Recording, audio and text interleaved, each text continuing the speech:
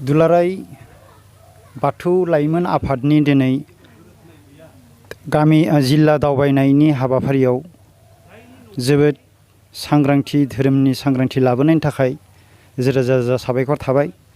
बेनि थाखायनो दिनै दुलाराय बाथौ लाइमोन आफादनि जा मोन्थोर दावबायनानै लाइमोन आफादखौ थुलुंगा होनानै धोरोमाव सांग्रांथि लाबोनानै फोसाबनाय सोलोंनाय जौगानाय मोन्थोरजों आगान सुरदों।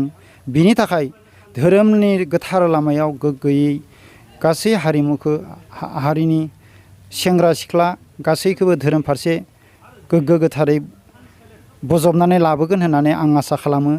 बेनिखायनो दिनैनि सांग्रांथियाव लाइमोन आफादा बिबान लानानै गावसोरनि जिथु गोथार गोग्गो लामाखौ दावगाना दिन्थिनायनि थाखाय आं रोजा रोजा साबायखर बावहरो। आरो दिनै दुलाराय बाथौ लाइमोन आफादनिफ्राय जा बिदि सांग्रांथि लादो बे हाबाफारिया जोबोद गनायथाव जादों। बिनि थाखाय बे मोजां गोथार गोग्गो लामाजों धोरोमनि फारसे लाबोनो सांग्रांथि जानाय लामाजों लाइमोन आफादखौ फोजाखांनानै गावनि धोरोमनि आंगो गुदि बाथौ धोरोम फारसे सांग्रांथि लाबोनायनि रोजा रोजा साबायखर बावनानै आंनि एसे दिनैनि बे बिबुंथिखौ एसेयावनो फोजोबनाय जाबाय। गोजोन्थों। खुलुमबाय। दुलाराय बाथौ बिबुंसार नायगिरि रायजो राजा नोंथांमोन, दुलाराय बाथौ गौथुम लाइमोन आफादनि जानानै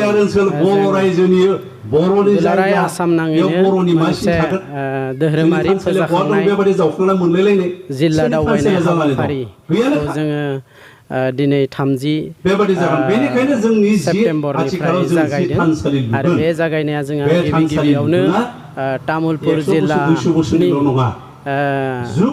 लाइमोन आफादनि बानजायनायाव नैबे कलबारि गामियाव गोथार बाथौसालियाव जागासिनो दं।